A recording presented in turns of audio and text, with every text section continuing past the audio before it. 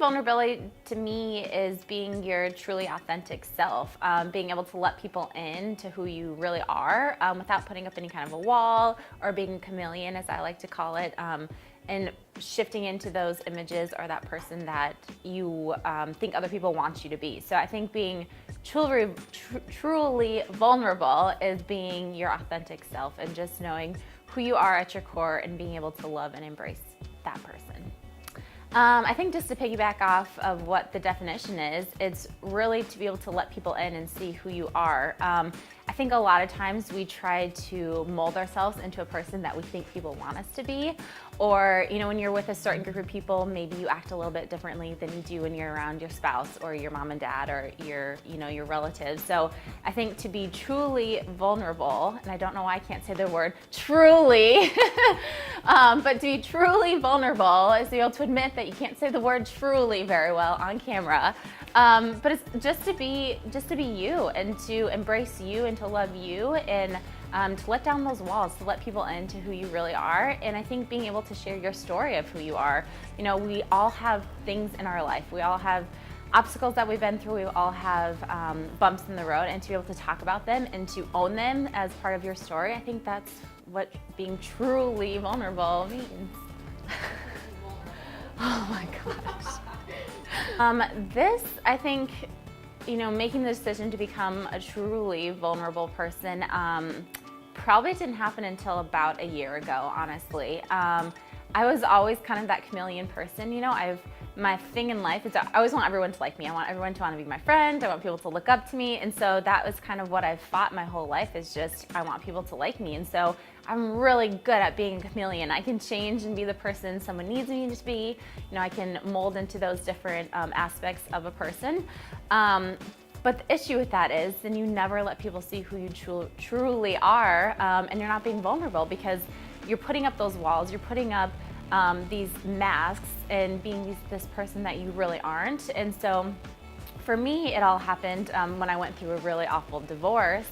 I was able to look inside and really understand that I was not happy. I wasn't happy being a fake person. I wasn't happy not being who I really am at the core.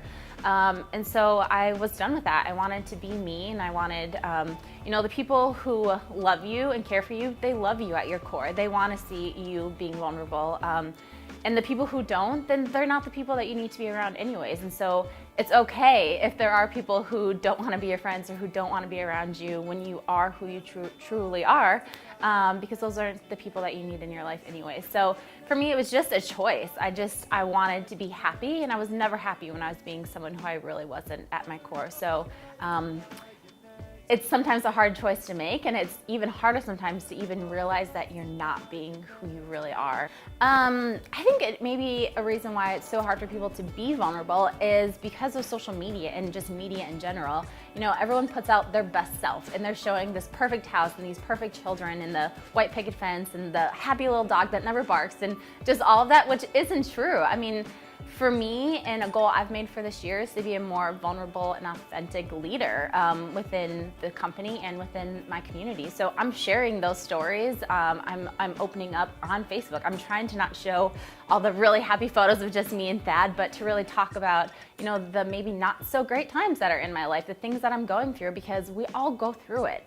And the more we can be more open and vulnerable about what we're going through, the more maybe it will shed light on someone else who's going through something, and maybe they won't feel so alone. So I think it's really important to be vulnerable in that aspect, that you have no idea whose life you may change or impact.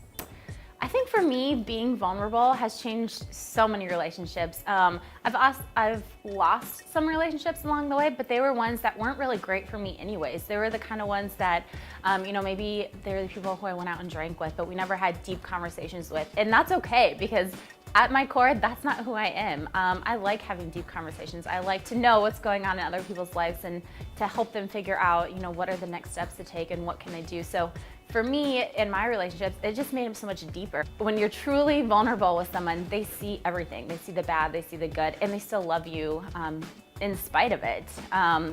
And it isn't a reason for them not to love you or want to be around you. They want to be around you because of it, because they see, that you were in this really low spot, and they see how much you've grown over the year. or they were able to be there with you and to hold your hand and get you through the tough things. And so when you can truly be who you are and be vulnerable with the people around you, your relationships will be amazing because they can really see who you are.